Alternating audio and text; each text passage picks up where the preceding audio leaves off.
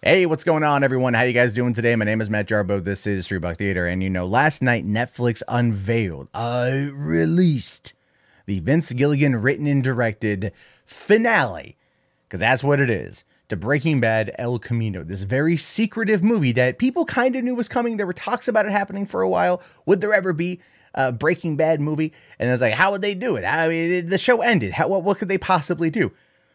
But what they did was give us a finale that really served as a nice epilogue to the franchise. It gave us a nice ending, and it gave us a happy ending, so to speak. So this is, I guess you could say, my spoiler review of it. If you've seen the show, you know how it ended. You know how Walter basically sacrificed himself to save Jesse, and he died in the process, although it was kind of left ambiguous. It's been left ambiguous for 6 years. And I can actually say that, no, we have confirmation Walter White is dead. Funny thing about that, though, is that the movie itself took 28 minutes to tell us that definitively. They kind of let it linger a bit. They let it linger for the first, quarter of the film, the fact that it's possible that Walter White could be alive, which was crazy, which was insane. I'm thinking to myself, no, he's dead. He's been dead for 6 years. Leave him dead. Let the legacy die. Don't do it. It will screw things up. That was one part of me. Another part of me was like, no, let him be alive. If he's alive, that'd be great.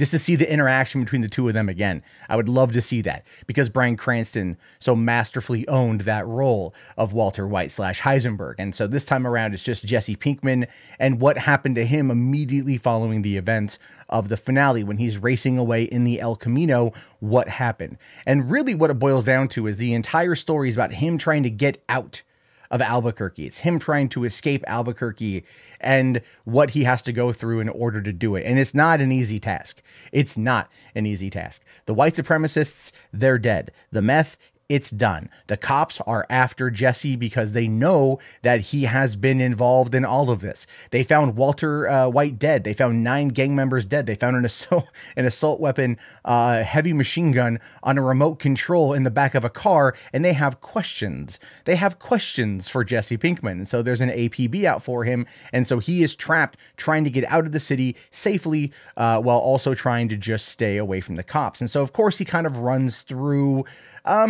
a gamut of characters from the show, right? And this is where I think it does a good job in not only being great, but also being fan service in probably the best possible way. It starts off with going to Skinny Pete and Badger, who help him out. And again, I love Skinny Pete. I love Badger. They help him out. They help him get away from the cops, and they realize that the El Camino has a LoJack on it. The cops are fully aware of that. And Skinny Pete finally admits to Jesse that Jesse's his hero after they decide to play a switcheroo with the cops. Badger heads down to the border with Skinny Pete's car to ditch it next to the border in the hitchhike back, while Jesse's got Badger's Fiero as a way to get around. And then, of course, Jesse goes off in search of money. And he starts retracing what happened with him and Todd, Jesse Plemons, from the last season.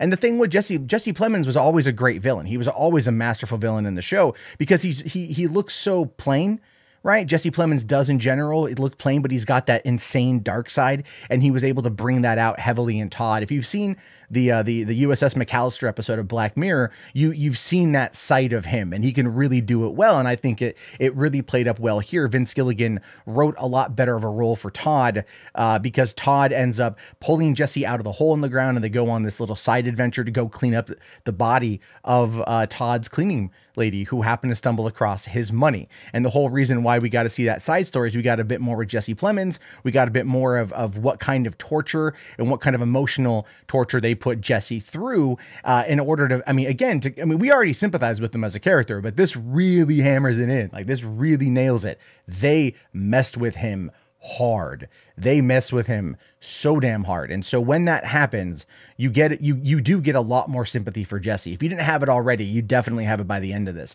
And of course, Jesse's looking for money. So he goes back to Todd's apartment. He tears it apart. Then 2 cops show up. He gets caught by them. And then we find out they're not actually cops, that they're just other criminals that are trying to basically find the money that Todd left behind. And well, Jesse ends up kind of working with them to get away by taking half or a third of the money and then taking off to go and find Robert Forster's character, whose name I forget. I just, the guy who helped Walter vanish in the last season. And then Jesse ends up having to go and work a deal with him in order to get out of town. And that requires just a couple hundred more, $1,800 more than Jesse has. So he goes back and basically robs the guy who had tried to screw him over earlier. And that, of course, is an action-packed finale which had some Pulp Fiction-esque magic bullet scenario stuff happening, where there's a shootout where literally no one is getting shot and they are like 10 feet away from each other. You figure someone would have been shot much faster,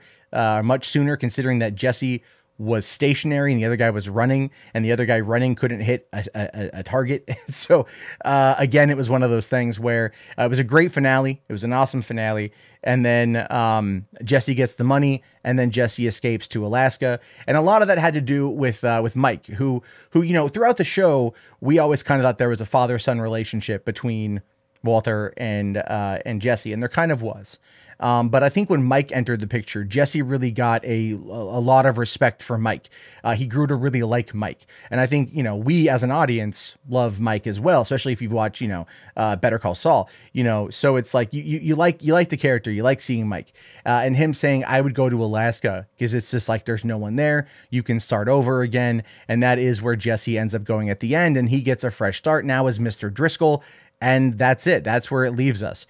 He gets to leave Albuquerque behind. He gets to leave the meth game behind. He gets to leave all those things behind. He's got a little bit of starting off money and he needs to go to Alaska to basically do something new. And I kind of feel like when he was driving off in Alaska at the end, I thought back to the series finale of Dexter, where he's like a lumberjack, and it kind of felt similar to that, but way more satisfying. The end of Dexter was kind of more of an FU than anything else, but this movie really gave us a closure to Jesse Pinkman, right? It gave us closure to the character who had been through so much, who was supposed to originally die in the first season. Vince Gilligan wrote Jesse Pinkman to die at the end of the first season, but Aaron Paul nailed the performance, and that ended up being the big thing for him, and they kept him around.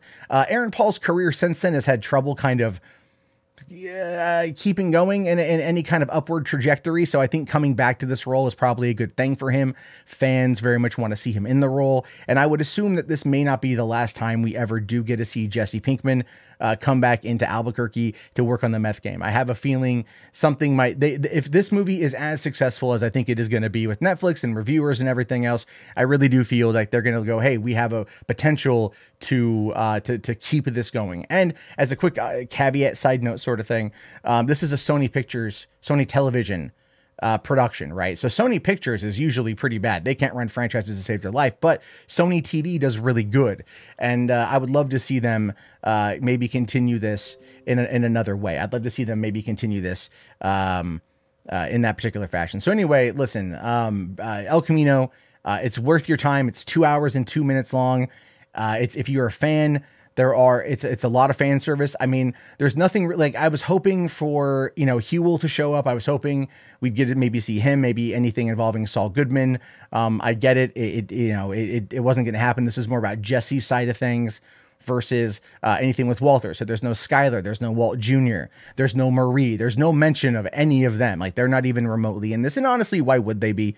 And it's okay. I think we didn't really need to see them. Plus, I don't think that the actress who played Skyler would ever come back to the role, if I'm being honest with you. I think she's kind of done with it after the internet at large hated her at the end of the series. They were done with Skyler, and she is kind of like, again, having trouble getting her own career off the ground as a result of that, because she became such a hated character that she played so exceptionally well. But that being said, I loved it. I'm very happy it came out. I wasn't too sure what to expect from it. The fact that it dropped so quick, I was very happy with. And if you guys have seen it, let me know your thoughts below in the comment section. I look forward to them. I'll talk to you all later. Have yourself a great day, and peace out, bitch.